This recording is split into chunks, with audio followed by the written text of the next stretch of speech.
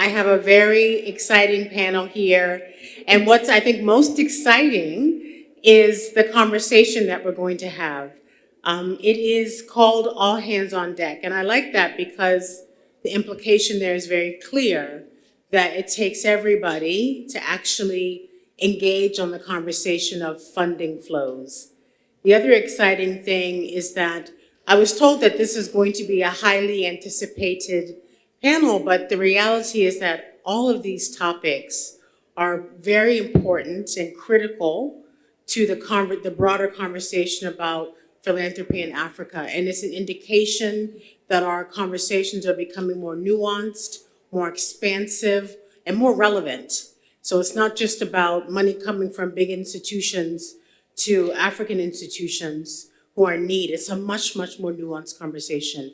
And that's exactly where we would like to be. So I'm going to ask the panelists to introduce themselves.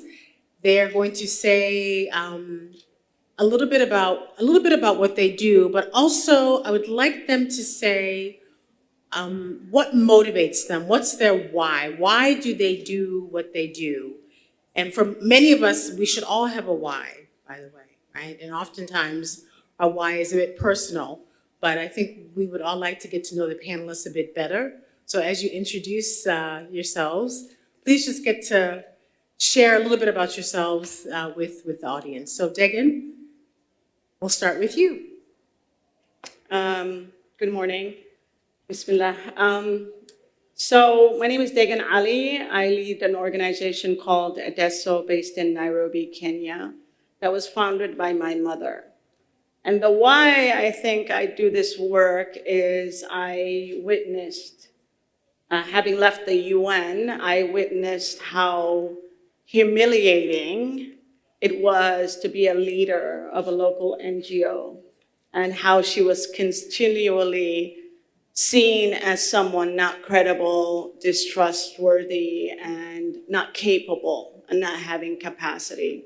So experiencing that, seeing her integrity questioned, seeing how she was treated by mostly white men in the space is my why, because I just don't want to see other local Black and brown leaders in the space having the same experience anymore.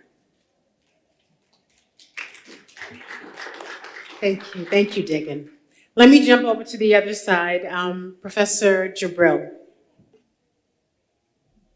Good morning, my name is Jibril Fall. I'm the director of GK Partners, which works on business and development implementation.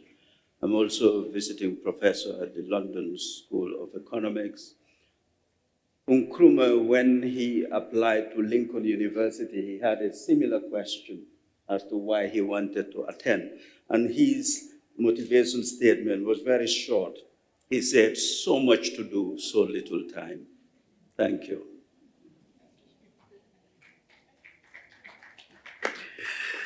Back to you, Almas. Okay, good morning. And I just want to thank the African Philanthropy Forum for putting this together and for including this conversation and all the other conversation that we're having. I know how much it takes to put these things together, so I'm really thankful to all of the hard work. Okay. I am based in Santa Clara County, Silicon Valley, the heart of innovation, entrepreneurship, and investment. And I've had the greatest privilege as a foreign student when I came to San Francisco, as an employee of international trade and investment, as a leader in a high university. And then eventually I start to realize when there was conversation, and that's the why, when there was conversation taking place about Africa, and I don't know how many of you know this, but in Silicon Valley, the most enabling ecosystem on social entrepreneurship has been led by Skoll Foundation. And I've had a direct connection to Skoll through the work I was doing at Santa Clara University. What's amazing about that is whenever there is a discussion on social entrepreneurship, social entrepreneurs trying to do good things on the continent, I start to notice that Africans were not present. And I keep asking that question everywhere I go. You're doing this in Kenya, but there are no Kenyans at the table? Or you're doing this in Ghana and there are no Ghanaians? So I think I became like a headache to all my wonderful white American friends, and I mean that. So I eventually asked this question: what would it look like if we, as diasporans, ask people to come to the table? That really is the essence of the African Diaspora Network. My wonderful friend and mentor, incredible woman, Musembi Kanyero, who used to be the head of Global Fund for Women. I mean, we have Natanya now, but also there was another woman, Musembi. I gave this idea to her and she said, oh, this sounds like a great thing. 14 years ago. The rest is history, and I think I'm so proud. And then the other thing, why do I do this? I believe in me, I believe in the diaspora, I believe in the ability for us to make a difference, and that's really why I do it. Thank you, Elmas. Priscilla, over to you. So thank you very much, and also from my side, thanks for the organizers for the invitation. My name is Priscilla Boiardi. I coordinate the OECD network of foundations working for development, which is a network of international and domestic foundations giving for development objectives, and the OECD Center on Philanthropy, where we collect data on philanthropic flows, again, international and domestic. We have an open database with over 205 private philanthropic foundations. And why do I do this? I think it's two reasons. First of all, because I really believe in the power of philanthropy to support sustainable development. And I really believe that philanthropic organizations should have their voice at the international level. And the second reason, which is also the reason why I work at the OECD, is that I believe in data-driven policymaking. And I think there is a lot of data and knowledge that is being produced by philanthropic organizations on what works and what doesn't in development. And I think this needs to needs to be heard and needs to get into the policy dialogue. Thank you. All right, great. So hopefully you know a little bit about the panelists. Let me say a little bit about my why. Again, I co-founded a nonprofit called Wealth for Impact, and what we do is we support families and entrepreneurs on their journey to sustainable philanthropy. We believe that the solution for Africa lies in Africa and the diaspora, definitely the diaspora. And it's not just the ultra high net worth individuals. In fact, it's not even the demographic below that. It's really that upper middle class segment. They are growing, they're giving, they're already giving, right? But we believe they would give 3 and 4 times more if they could give so sustainably, if they knew that what they were giving to was going to lead to sustainable impact. So that's the work that we do. And my why is because we do this in my own family. You know, we've struggled with this in my own family, giving and just not knowing where the money is going. And you go home and you visit and you don't necessarily see the evidence of the giving that's been happening over decades. And so we've just set up a family foundation, and we want to do things differently than my parents did. And we're praying hopefully that we're able to do so. So that's my why. And all of you have a why, and I would encourage you as you engage with each other in the second day of this conference to just remember that, right? We all have our official titles, but at the end of the day, there's something really deep that motivates us to do the work that we do. If you don't have a motivating factor, you might want to rethink that job, but you should have something that really motivates you, hopefully, to do the work that you do, especially to come such a distance for this great conference. So a lot has changed for us in the last few decades. There was a time when the only conversation we were having about funding flows was ODI, overseas direct investment, and that was donor funding, overseas donor funding. It was all coming to Africa. That was the only conversation. In the last few decades, we've seen quite a bit of a change. We've seen foreign direct investment increase dramatically. We've seen remittances increase dramatically, and we've seen philanthropy increase dramatically. So these are some changes that I think we can see and we'd want to see more of. But ultimately, There's still some challenges. So that's the opportunity set. And I think if we look, and actually my first question for this panel was going to be their views on how they see the change in the practice of philanthropy over the last few years. But there has been an evolution, and we're in that evolution as we speak. But at the same time, there's still quite a bit of a misalignment, particularly when the funding is coming from sources abroad, coming into Africa. That misalignment being even in funding cycles. At the end of the day, many donors have to give in certain funding cycles, but we know that impact doesn't happen in funding cycles, right? There are challenges that happen over time. They can't be measured in a funding cycle. And so these are challenges that we continue to have to face.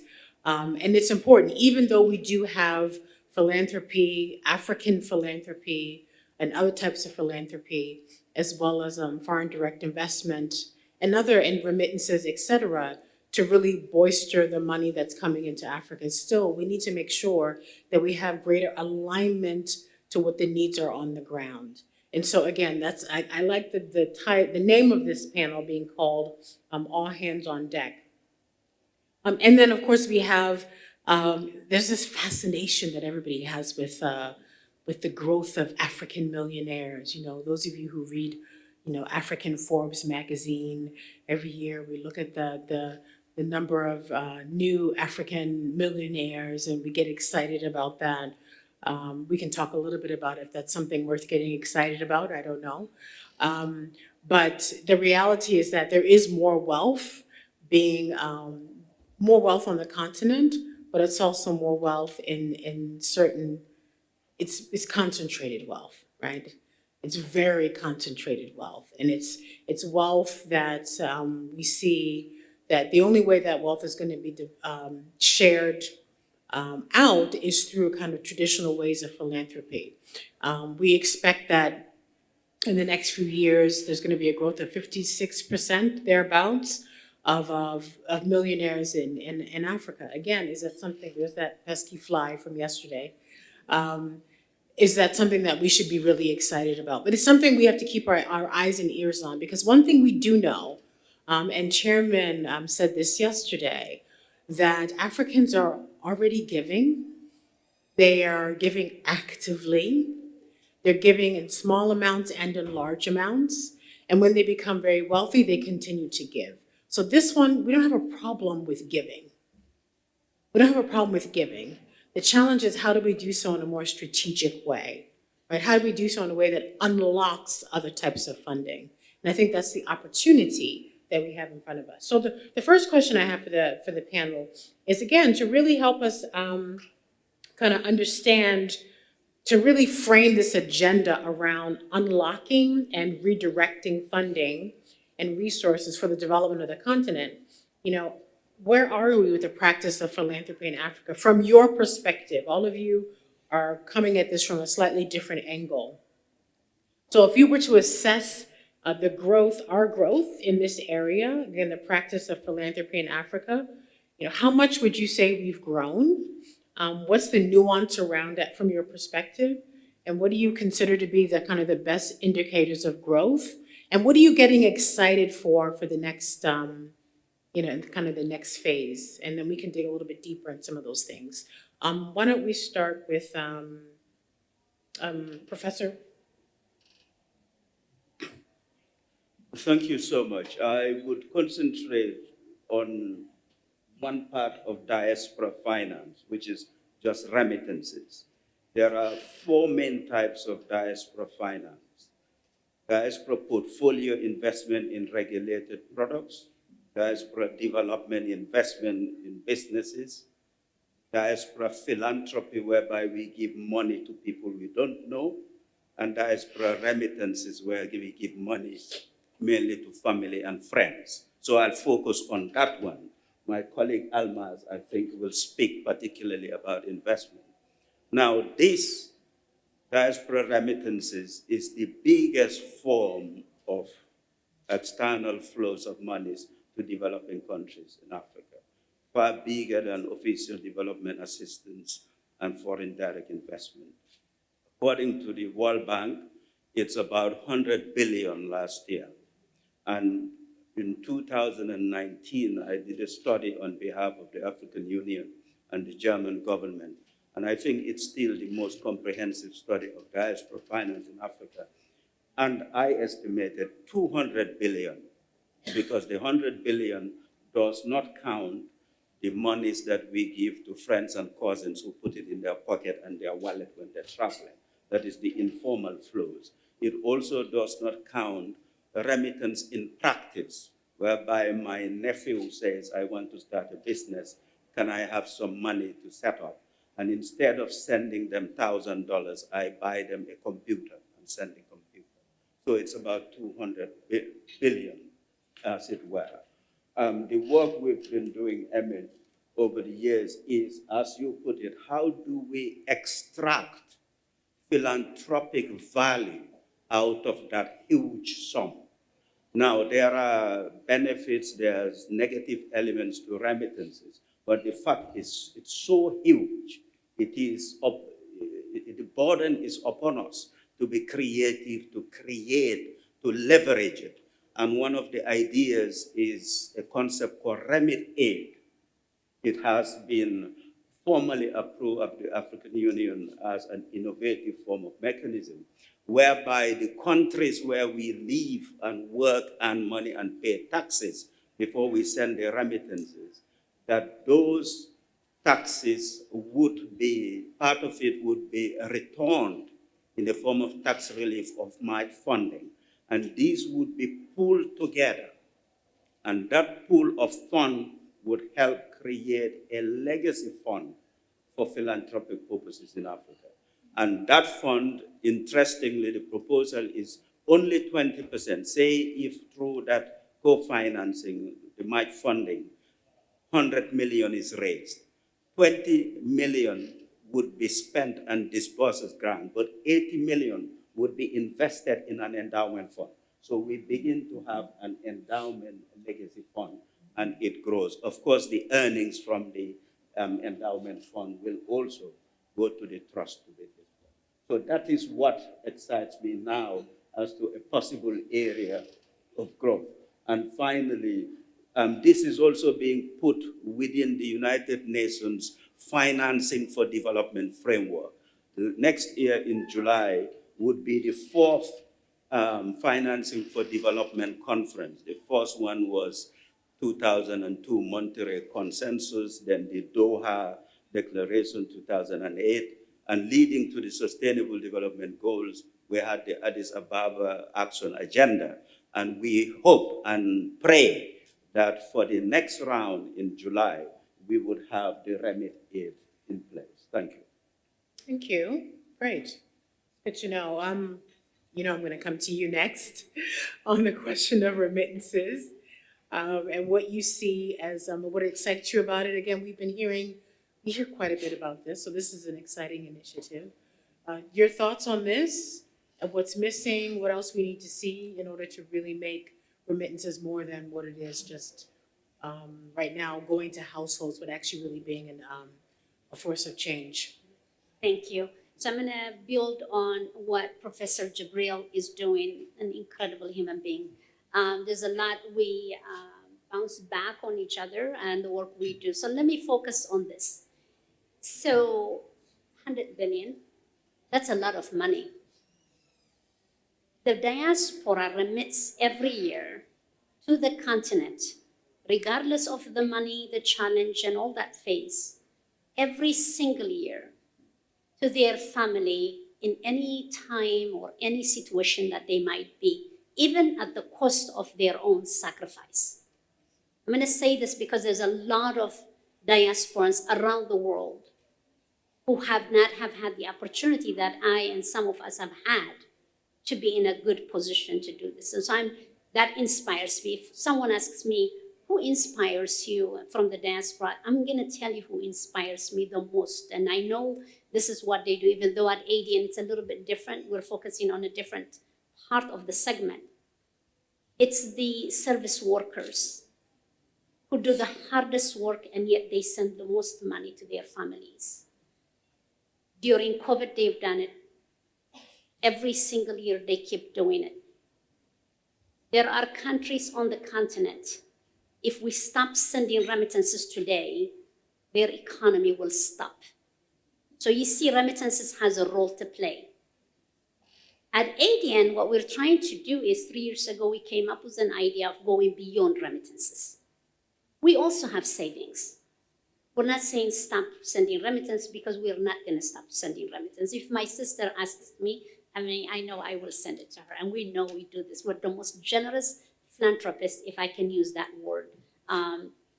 What we haven't done is, and what we know, and this Jibril has done this study, remittances are not scalable. We don't know how the money is being used by families, although we do know it does help them to eat, may probably pay for school, a little bit on health care, but that's it. And some of it gets abused too, and we know that too. There are stories after stories after stories. My personal concern on remittances is, are we enabling people to create another way of life, or are we creating dependency? What happens to my family when I die if I were the only one who's supporting them? We need to think long term. And so with that in mind, at ADN, the board just approved in March that we made Beyond Remittances from an initiative to an integral part of our strategy. We want the diaspora to keep looking at our savings and start to say, how can I invest this money that I have on a project that's taking place on the continent, let's say in Nigeria, or in Ghana, or in Kenya, or in any place that I see that there might even be an ROI for my investment, or how can I support an entrepreneur? I'm going to end by giving you data, and then we'll continue the conversation. I was in Nigeria in July as part of the U.S. President Advisory Council on Diaspora Engagement, or the name is long. But I left so inspired by Nigerians and the work in which they do, regardless of the government, regardless of the challenge that they see, they just keep coming as diasporans to invest in their own community. And they do this because in 2022, there was a $20 billion in remittances to Nigeria, but only 0.9 billion in foreign direct investment. So I leave you with this question. Why is it that the diaspora's money is not being used as a leverage to either de-risk money's investment so we can become co-investors on any infrastructure, or just that we become the conduit to begin to bring other investment to the continent? We haven't been invited to do that. It's fragmented. And that's really the hope that I see, that the diaspora is not going to be just a remitter and then we just send money. We want to be an integral part of the conversation. And someone mentioned earlier co-design. We want to be a part of the macro level co-design of solutions on the continent. And we have a vested interest, and I encourage all of us to look at each other and say, how can we work together to make this possible? Thank you, Almas. I'm sure I want to pivot away from remittances for a minute, but I know we're going to pivot back because it's so important. I want to, and Priscilla, just bear with me because I want to come back to the question. But before doing so, I want to ask Degan around, other models. So again, we talk, remittances tends to be the first response we have when we talk about, where is the funding opportunity for Africa? Where are we going to get the funding? Where will it come from? Can you talk from your perspective about other innovative ways of funding development, and in particular, I know you're working on how to direct funding to proximate organizations that are really close to the communities doing the work, right? So from your perspective, what do we need to do to really unlock some of that funding and make sure that it gets to those organizations who are really are very closely attuned to what the challenges are? Yeah, we are constantly talking about locally led, decolonization, localization, funding proximately. I think all of us are driven by these values, and I think we all have good intentions. But the reality is that since the Grand Bargain commitment of 25% of funding by bilaterals. These are the US government, the Canadians, the Swiss, all of these donors made that commitment in 2016. And recently, Samantha Power resurrected it. It was basically dying. We've actually gone back in terms of funding. We were at 0.2% in 2016. We reached, I think, 3 or 4%, and then now we're back at like 2%. So we still have a serious problem, and that's the ODA funding. That's the government funding. Philanthropy, I think, is slightly higher, where maybe we are at 9 or 10% in the continent.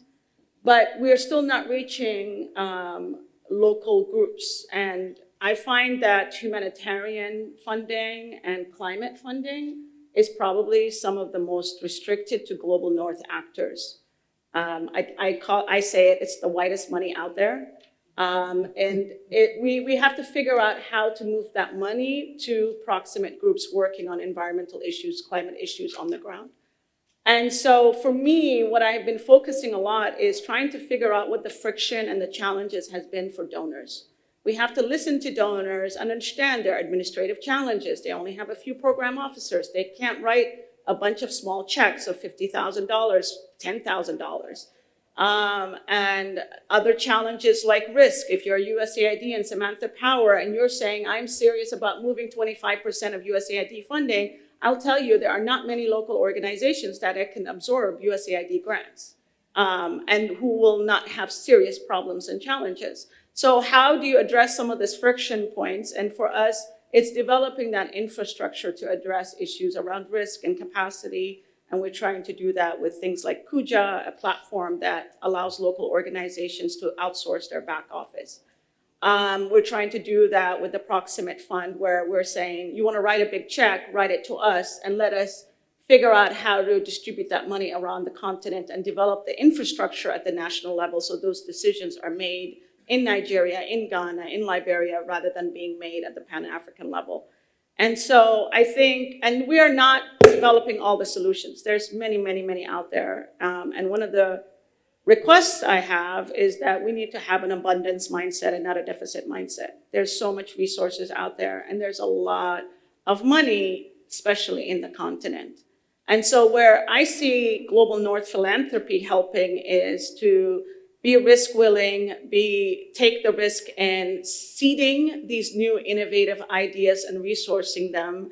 And then we use that funding to help unlock funding at the national level with Kenyans, with Somalis, with Ghanaians. And I think that's very much possible.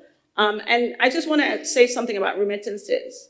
My mother, the way she gives as Somali diaspora, and the way I give are very different. And the way my children will give is very different. Each generation is going to give less and less of remittances. It's not a sustainable system. And so we have to figure out, and that's what I'm really happy to hear about these other ideas of that family that depends on those remittances. How do we help them transition from being, they're aid actors. We don't call them that. The remittance providers are aid actors. Let me tell you, the remittance flows during the 2011 famine in Somalia was over $2 billion, and the humanitarian ODA money from government donors was less than $1 billion that went into the famine response. Remittances was more than double.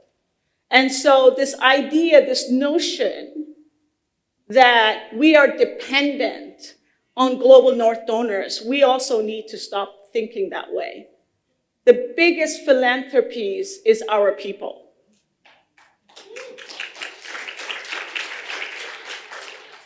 Whether they're in the diaspora, whether they're in the private sector in our countries, or whether it's the person that's living on $1 a day that's giving 10 cents or 20 cents to their neighbor to feed them.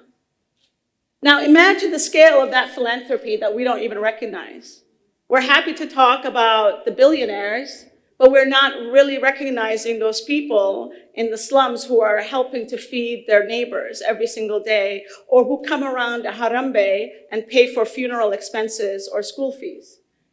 So those are really the biggest philanthropists. And I think part of this narrative change and decolonizing ourselves is really about the recognition of what is a philanthropist and recognizing that the biggest philanthropists are those poor people, not the giving pledgers only.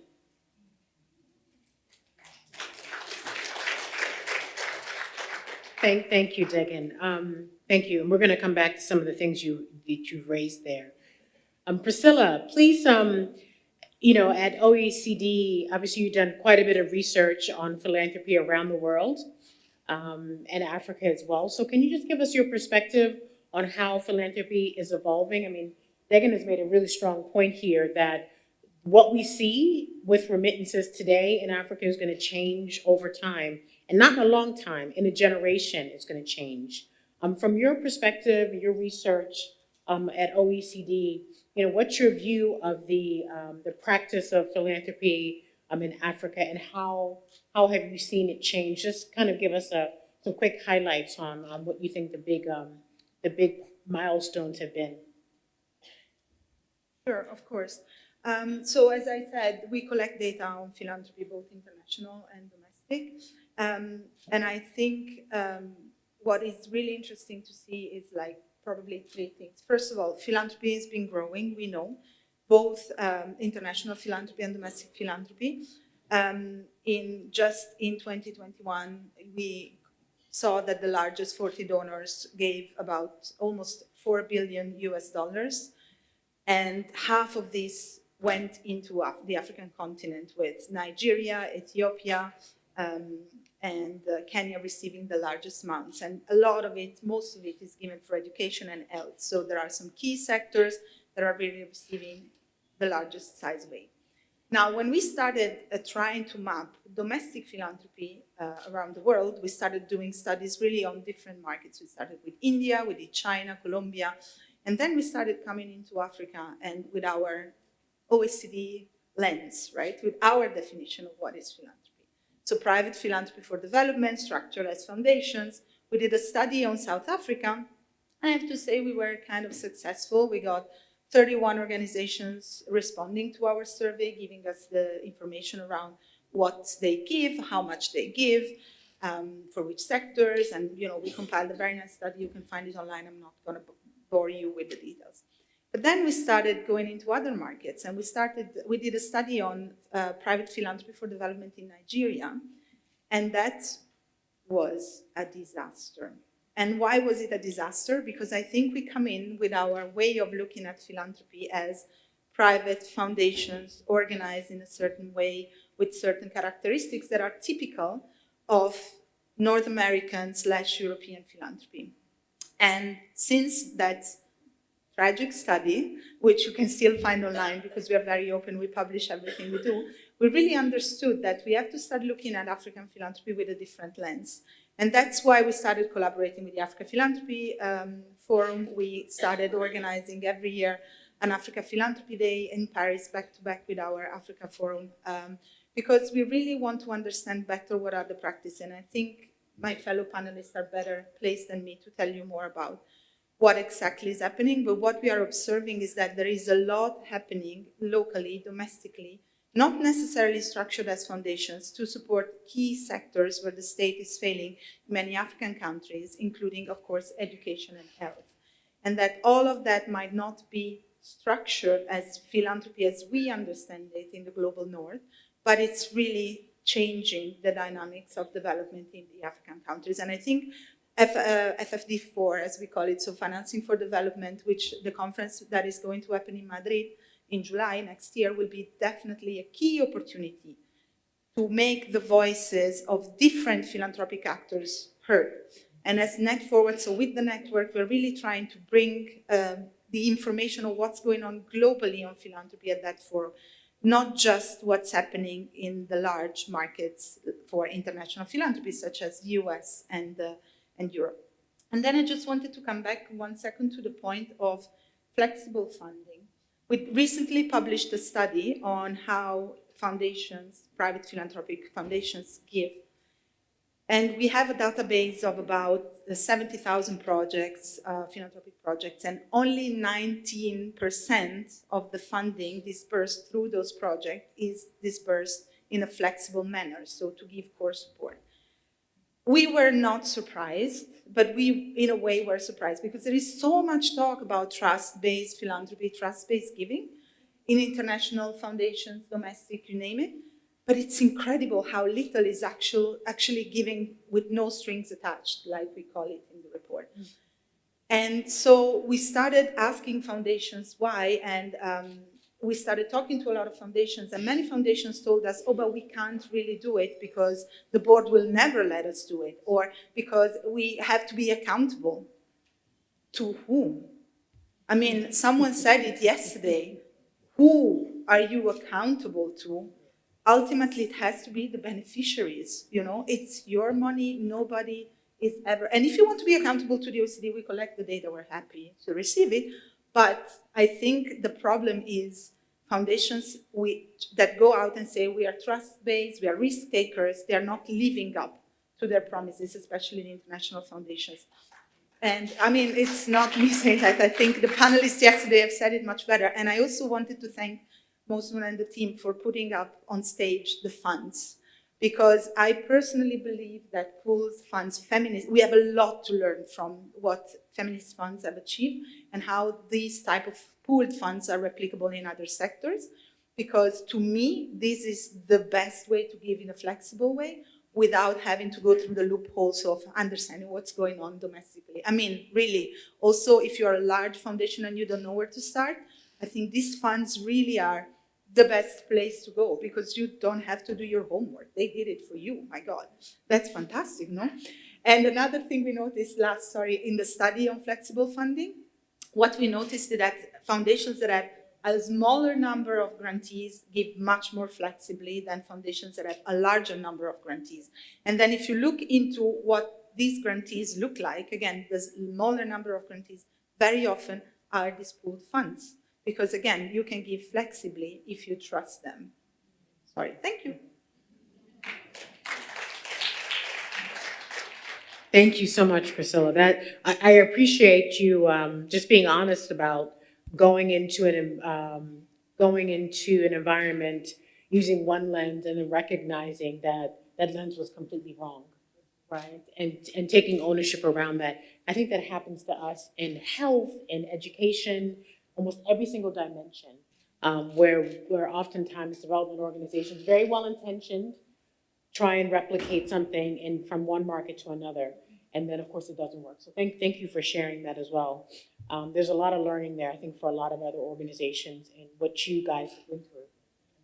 So thank you for that. I want to go back to something, Degan, you mentioned, and then I want other people to comment on this. And this concept of decolonizing philanthropy and decolonizing aid. Many of you have probably heard that term. I'd like Degan to just speak to what does it mean to decolonize philanthropy. You made a mention of it. And then I'd like whomever else on the panel wants to just share your thoughts on to what extent that resonates with you and how would it show up with you would be useful. I know that wasn't something we discussed, but it's something that Degan and I talked a little bit about. And it's a concept that I think is growing. There's a lot of jargon in our space, right? But I think this particular terminology rings true for a lot of people, particularly a lot of young people as well. And that's something to pay attention to. So Degan, would you just share your thoughts on that and then we can... Yeah, I mean, I think it's, for me, locally led or localization is really a very transactional conversation. It ends up becoming more about moving money proximately, which is very important. I'm not saying it's not important, but where decolonization is recognizing that the system and the issues are extremely political. This is not a system that was set up this way by accident. It was by design. It's not by accident that we have the Gaza and the Sudans of the world happening or the Congos are happening. So it's recognizing the larger architecture that is broken. And why is it that African countries are spending 75% of their revenue on servicing debt, some of them colonial-based debt? Kenya is paying debt from the colonial times when they were a colony of the UK. So So then we talk about governments not doing this or that, but how are they supposed to provide the basic services to their citizens? They're the duty carers. It is not local NGOs, it is not INGOs, it's not the UN, and it's not philanthropy to get into this business of service delivery of health and education and humanitarian response when a drought happens or a flood happens. That is the responsibility of the government. Well, why is the government not able to do that properly? That is a situation around colonial systems and architecture around trade. Why is it that Ghana produces, or Switzerland produces this best chocolate of the world, but they have no chocolate farmers, right?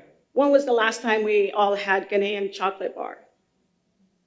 So like we are just the source of extraction of raw materials. They take it from the continent, then they take it to the West, they put them in factories, they produce them, and they sell it triple times the price back to us. So these are the systems around trade, around economic systems and all of that that ensure, and debt, and all of these reasons that we don't have the resources. We have wealth, we have a lot of money. The CFA franc, 14 countries are still colonized and don't have sovereignty over their own currency in 2024. Just think about that. You don't have sovereignty over your own currency. So this, and all your deposits, your hard currency that you make has to go to Paris. So when people say, oh, the French have such amazing social services, they retire early, they have really good healthcare, guess who's paying for that? That's the 14 African countries that they extract all their resources. That's not being paid by the French. So we need to understand that the system was designed this way. And so, yes, our governments have issues around corruption, but really the flow around corruption is minuscule compared to the flow that has been designed in this other way. That's massive. And so we need to really focus and keep our eyes on the prize. Yeah, let's not be distracted by these smaller issues. They're important. I'm not saying ignore the corruption of my president in Somalia. Very, very corrupt man. But what I'm saying is let's talk about the bigger issues and the bigger systems. And this is where I feel philanthropy really can be pivotal to say, how is it that philanthropy can really help us have some advocacy, campaigning, storytelling support to change this narrative and to really hold the system accountable? This is the kind of issues that we need to be resourcing and not just only service delivery. Thank you, Degan. Let me just ask anybody on the panel have anything to add to that or any thoughts? It's very hard to.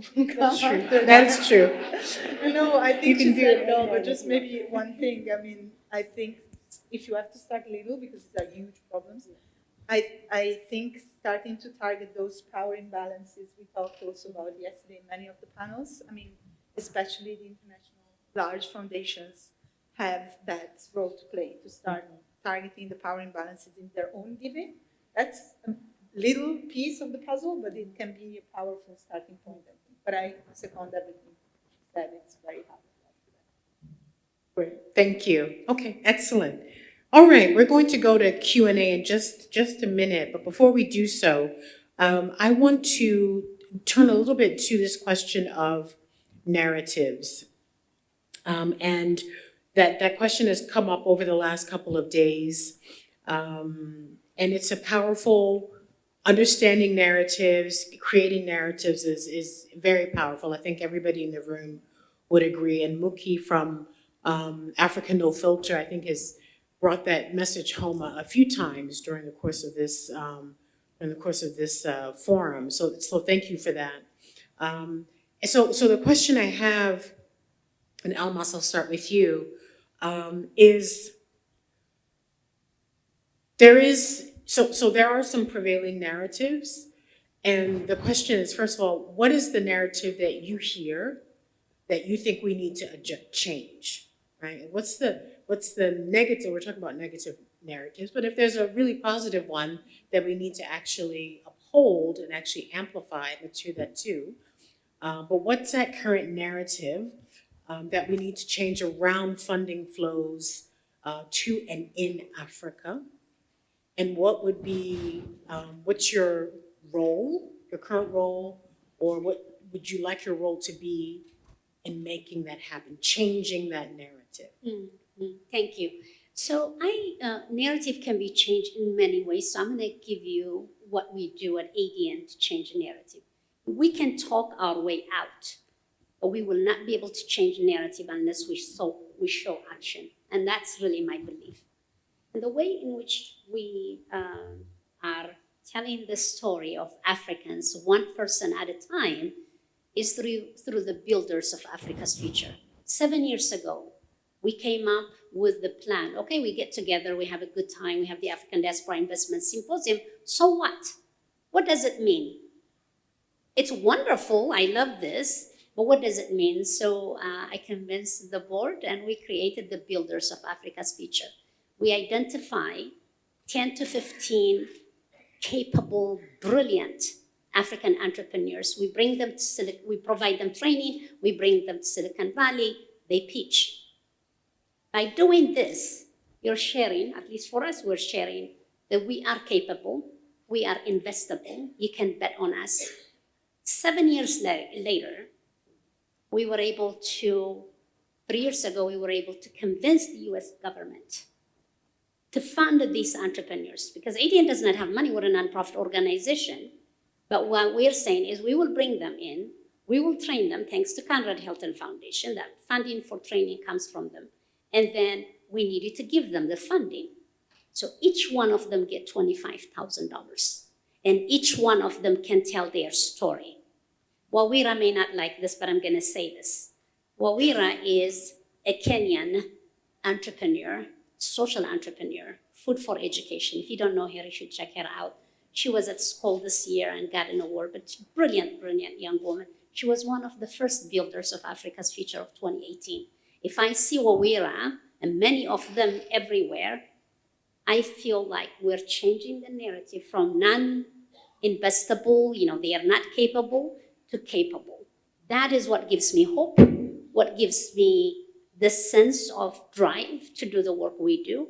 We replicated the same thing, accelerating Black leadership and entrepreneurship. What about African Americans, the historical African diaspora in the United States? Do you know that less than 1% of VC money goes to Black entrepreneurs in the United States? We want to change that too. But we're not going to change it by talking. We're going to change it by doing. So we just graduated the fours, and for that, we're also thankful to the local corporations in Silicon Valley, to the foundations that give them money, but also to the entrepreneurs who are so beautifully capable of doing what they do, and they are also investors. So changing narrative comes in many ways. One way I know how to do this is we need to show our capability. I also don't work on the victim side of anything. We're not victim of anybody. We're victors. And I think by showing that we really are capable of doing this, we're changing our narrative. But the more we complain about other people doing this to us, we're still telling that story. We're victims of somebody else. Africa is not victim of anybody. I am not, you're not. And so I think we need to own that story and keep going. I don't know how else to change the story, the narrative. Thank you. That's great. Thank you, Almas. Professor Jibril. Business were in all international development. It's the business of failure. We're in it because things are not working. So in that situation, there's no single answer. So all of the above has to be done. But for me, the bit I put a bit more emphasis in the spectrum is on more innovation, action relentlessly. Because even the oppressor can be beaten and has been beaten before. And I give some examples. We were having these so-called culture wars in the 1960s. And Leopold Sedar Senghor came up with this idea of negritude, of Black pride. And you had some young scholars like Soyinka. He challenged Senghor. And he said, the tiger, in its mastery of the forest, does not boast about its tigritude, because it is. So to me, that being it is, and using innovation, using our resilience, using our connections to take the space, gain our freedom, or take the power we need, in my view, is perhaps more important than the lots of the noise about me being a tiger. And we've seen it. China was an oppressed state of this. Now, through that sort of approach of focus on the work and gaining the power and the might, in fact, the game is being redesigned. We've seen it with Africans. I'll give one example. We're talking of finance and money.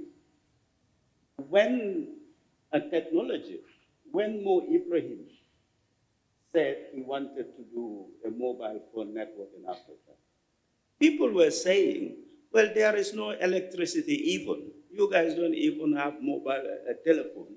Why would you do mobile phone? But he leapt forward, didn't he? Technology leap. So my point is through innovation, and we have, the fact as Africans oppressed over generations and centuries, the fact that we're here and successful, in my view, means that within our victimhood, we've been able to find our strength and survive. On the topic of remittances, I, for many years, was chair of a small pioneering diaspora organization called Afford, founded by Africans in London in 1994. This discussion we're having about remittances, it was never discussed internationally. It was mainly through the work of Afford that says, what's the rule book? This biased rule book, this biased system that is being run. We still need to know the rules, and we still need to try to influence it and beat them in the unfair game until we have power to change the game. And I remember us sitting down, strategizing and saying, concentrating on not the things we don't have. We don't have millions of people or billions of money. But we focus on what do we have, the small networks, the brain power we have, to work out the strategy, to place these topics. And it's for another occasion if I tell you how we managed to get these issues actually on the agenda, to the extent that in 2006, the World Bank Development Perspective Report was focused on remittances. And actually, it was from that day that the whole world has been hearing about remittances. Last example, if you take sports and our young African talented people, it used to be, you look at we live in the diaspora, and we are citizens of those countries. So this ODA money, this is our money. We're paying taxes, it's our money. So we have a stake for that as well. And the African diaspora is big. You used to have, oh, there's one footballer, and we say, oh, they're not fair to him being in the team. Now you look at the team, it's the Senegalese B team, isn't it? Because they're all Africans, as it were. Through what? Is it because they liked it? It was through sheer brilliance. Full stop. Thank you. Thank you, Professor. Priscilla and then Degan, and I'll ask you just to just make your points in just a few words so we can go to Q&A. Priscilla, changing narrative. Any narrative that you have in mind that you think needs changing, and particularly within OECD, given that you have some influence there around how they see Africa? Thank you. I just think probably the narrative around what philanthropy is, when we talk about philanthropy in Africa, the difference between philanthropy, philanthropic giving, how we define it, I think from an international development perspective, we really need on our side to change the narrative. And I think it's really an opportunity to define it now before the opportunity to redefine it or to define it. It's an opportunity to decolonize it at the same time. Because it's an opportunity to explain what it is to the rest of the world and show the way in which Africa wants to do philanthropy and philanthropic giving.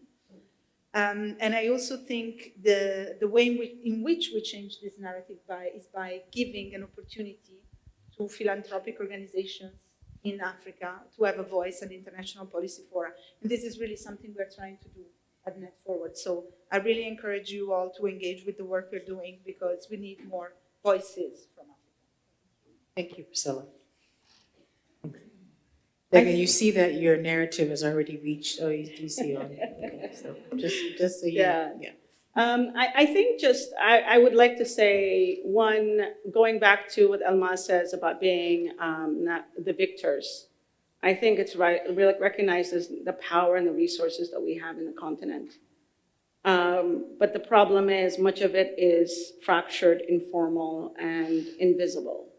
And so how do we help that narrative to be changing by making it more visible and more tangible? And so this is where I see Global North allies coming in to make that happen, helping us to make that happen. But I think we also have a responsibility as Africans to really just think about how do we ourselves figure out ways to make ourselves more financially independent. My mother always says, you know, if she knew what she knows, she would have started a business and become a millionaire, so she could have been a donor to Adesso and the work of the communities, instead of being a professional beggar that she's become. So how do we really get ourselves out of this position of being professional beggars? That's one thing that I would like to encourage every African to really intentionally work towards that. Thank you, Dagan. So we're going to go to Q&A, and this is for everybody, including all the professional beggars in the audience, including myself. I like that message. It's a very important one at the end of the day. It's a very, very important one. Also the message that we're all philanthropists. So at the same time, both things are true. How do we create the wealth here so that we can actually call the shots, right? And that's, I think, the message. Do we have 2, maybe 3 questions? And then we'll wrap up. Help me with the mics.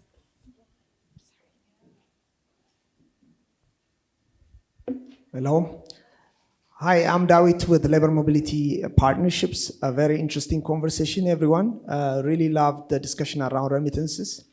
And I think when we talk about remittances, we also shouldn't forget the skill and knowledge element and dimension that comes with it.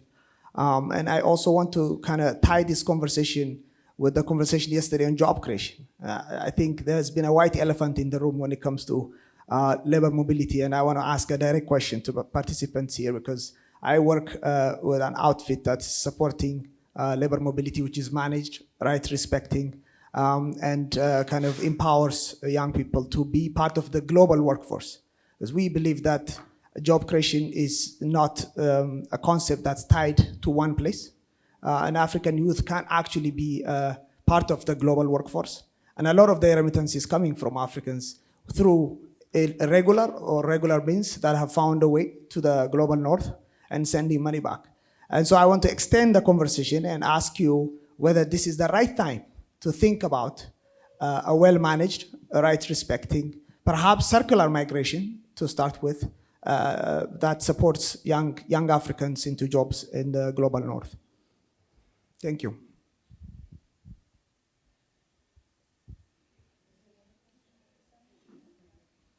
Okay, thank you very much. My name is Kene Ebwe from the Oladile Fajemirokun Foundation. What we often refer to as black tax, be it diaspora remittances to family and friends at home or domestic giving, is largely part of African culture because of the way our families are set up. Now, most of this happens outside the radar of organized philanthropy.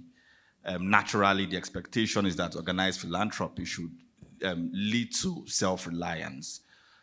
So the question is it ever possible for this to be tied to self-reliance, especially because it is largely emotional giving. That is one. The second question goes to Prof. Prof, you had described the concept earlier where taxes from Africans in diaspora, there could be a percentage that will be taken out and then committed to a legacy fund. You had said that this is entertained by the African Union. My question is, how exactly would such fund be administered, even based on the interest, the particular interest of those who are being taxed abroad? That is one. Two, does the African Union have the wherewithal to even demand for such funds and commit to, the respective beneficiaries? Thank you.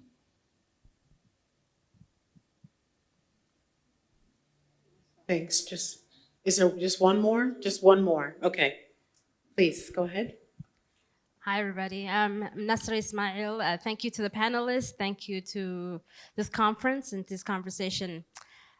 Picking up on the positivity, Degan, we love your mom. Your mom has been a pioneer for so many of us. What does it look like for all of you when we do win?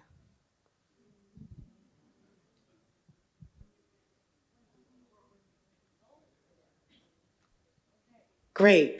I love how short that question was too. So good.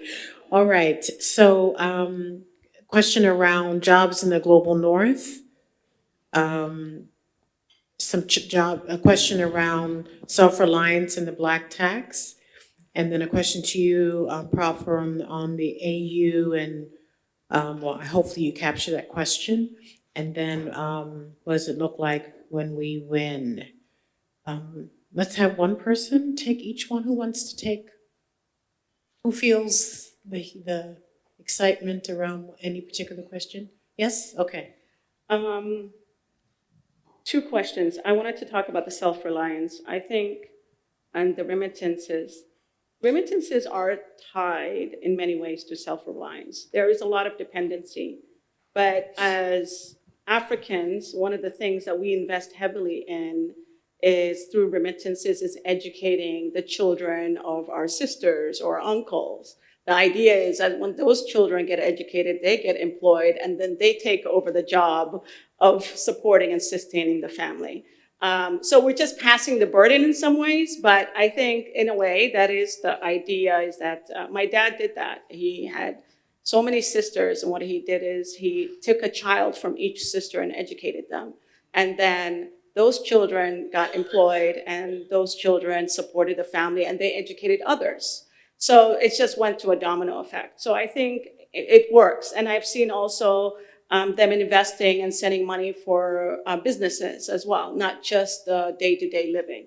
So I think it's possible. I think one of the things I feel like we don't have is enough data around remittances, how it's being used, disaggregated at the national level, what are the priorities, and not just remittances, but local giving as well. I don't think we have enough research on it. So it's so invisible. And that's why we continue this narrative thinking that a large grant from a foundation in the global north or from USAID is what's sustaining these people, and it's not. So what does it look like when we win? I think twofold. I'm waiting for the day when we are economically, financially self-reliant and sovereign as a continent, and we're producing goods and services in our continent that's used here and not exported to Europe or the West. And we have governments that are paying for health and education and those services for their citizens. And we don't need, as a DESO, to be doing that. That's what winning looks like. Secondly, I think for me personally, or the organization, winning and decolonizing a DESO is a day when a DESO is financially self-reliant and earning its own income, and it stops being a professional beggar. Yes, thank you. I'm gonna follow on Degan, and I think what winning would look like to me is when our families and sisters and brothers do not need our money, when remittances become absolute. Everybody has gone through this. Many countries from the north have gone through this. We just have to look at what Ireland has gone through. The Irish diaspora is a might in their own way. But they have overcome so much to be where they are, and so does Africa has that opportunity. So for me, when I see that no family would be asking for money, rather they will be using the resources and the capabilities that is being created in their community, that will be the day when we will say we've arrived. Until that time, though, even if there is one family still looking for something, I still think that the work has to be done. So we need to have that North Star in our mind, that what does a society that does not require remittances look like? For me, it's always going to be Norway, Denmark, the Nordic countries. You don't have to, there is this money that is being distributed, the energy money, the money that comes from all kind of different resources, local resources being given to their local community. What would Nigeria or Angola look like if that was going to happen?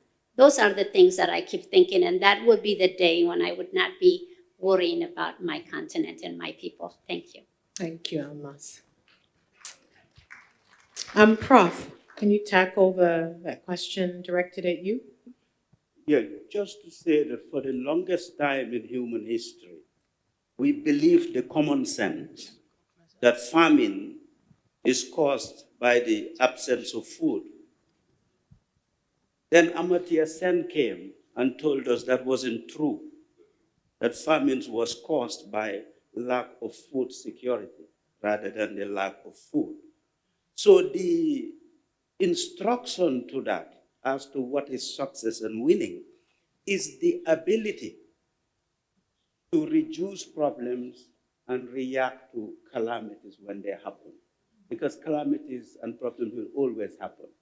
But we pray that when they happen, we're in a position to deal with it. So that to me is about winning. And we learned that from Sen. Now, the oldest form of regulated philanthropy, as we know it, because philanthropy is older than the state. Humans have always tried to help people who are not friends and family. Thus, the origins of the etymology, philanthropy is the love of humanity. The opposite is a misanthrope, people who don't like people. It's the love of people. So it has always been there. And the oldest structuring is perhaps the 1601 Charitable Uses Act of United Kingdom. It was 2 years before Elizabeth I died. And it said, because all of these good things happening, this state, I'm coming to recognize what is charitable so that I would bring the power of the state to leverage it. And to this day, all of the framework of philanthropy is roughly based on that. And this is why we're pushing with remittances and the fact that we need a legacy, we need to extract from it this idea of tax relief or might funding. To the specific question of this proposal of Remit Aid, how it would work, I'll take the opportunity of the coffee break for us to discuss it, and some of the data we'll share with APF to share it. But roughly, broadly speaking, to say that it would be run independently, and yes, the African Union is not in a position to run it, and they recognize that. But their role is to cause the creation of this. Just as the African Union has successfully caused the creation of the African Development Bank, which have successfully caused the creation of Afrexim Bank. These are all brilliant institutions that came out of the political leaders causing it to happen rather than them running it. Thank you. Thank you, Prof. I'm sorry for the gentleman around the question of jobs going to jobs in the global north. I'm sure that question probably hasn't been tackled in this session. Maybe that's part of how we win, that we wouldn't need that to happen. Jobs will be here. But it's certainly a relevant one. Hopefully you'll have somebody in this room who you can tackle that question with. With that, I am way over time. So I will end, but I want, I'm 12 minutes over time. Can I ask the panelists in 10 seconds, okay? 10 seconds, try really hard. 10 seconds, because I don't want to wrap up and there's so many things here. Just one thing that you heard today, right?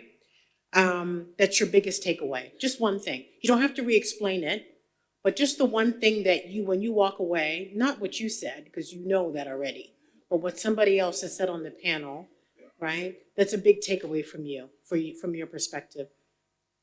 And go, Degan. I want to follow up with Jibril about Remit Aid and figure out if there's opportunities of collaboration. I was going to go to Jabril as well and to get more on the work that you've been doing for so long. We need to be able to publish it. And I want to know more about that. It would be wonderful to share it with everyone. Yes, I think, the example of Remit Aid and any other practical example of how we are colonizing, I think that's my key takeaway.